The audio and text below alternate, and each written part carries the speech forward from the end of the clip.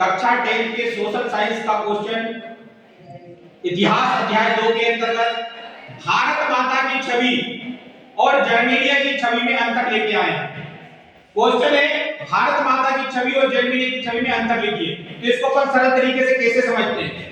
सबसे पहले इसको बिंदुओं के आधार पर समझने की कोशिश करते हैं। पहला बिंदु है आपका निर्माण। निर्माण का मतलब यह है कि दोनों छवि मतलब चित्र, दोनों चित्रों को किस किसने बनाया है? तो भारत माता की छवि को अवनींद्रनाथ टैगोर ने बनाया था और जर्मेनिया की छवि को जर्मन कलाकार फिलिप वेट ने बनाया था। तो पहला बिंदु क्या होगा? निर्माण। भारत माता की छवि का निर्माण रविंद्रनाथ टैगोर ने किया था और जर्मेनिया की छवि का निर्माण फिलिप वेट ने किया था। दूसरा बिंदु है प्रतीक। प्रतीक मतलब किसका प्रतीक था? भारत माता की छवि भारत देश का प्रतीक है और जर्मेनिया की छवि जर्मन देश का प्रतीक है। तीसरा पॉइंट है रूप।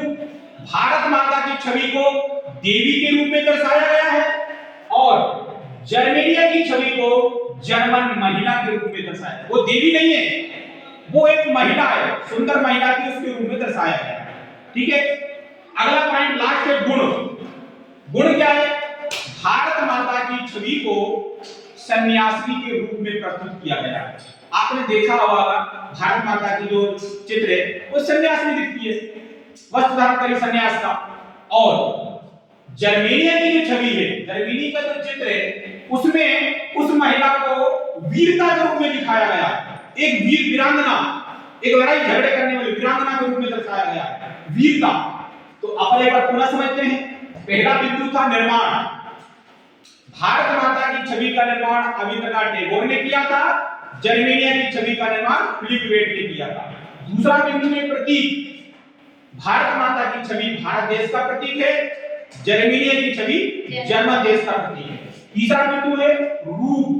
भारत माता की छवि को देवी के रूप में दर्शाया गया है और जर्मेनिया की छवि को जर्मन महिला के रूप में दर्शाया गया है। लास्ट पॉइंट है गुण।